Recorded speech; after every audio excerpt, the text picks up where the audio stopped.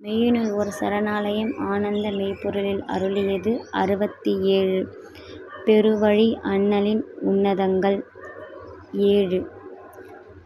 வண்ணம் ஏழிலும் வண்ணத்தை ஊட்டி உலாம் கனிந்து ஞானக்கனி உண்ணச் செய்து வலம் சுரந்து வான் முகத்தில் ஏறி வைக்க வந்த எண்ணமே உன் எண்ணத்தை யாங்கள் சென்னி மீது வைத்து அணிய வைத்த விழுப்பொருளே உம் மெய்க்கு கோடான கோடி நமஸ்காரம்.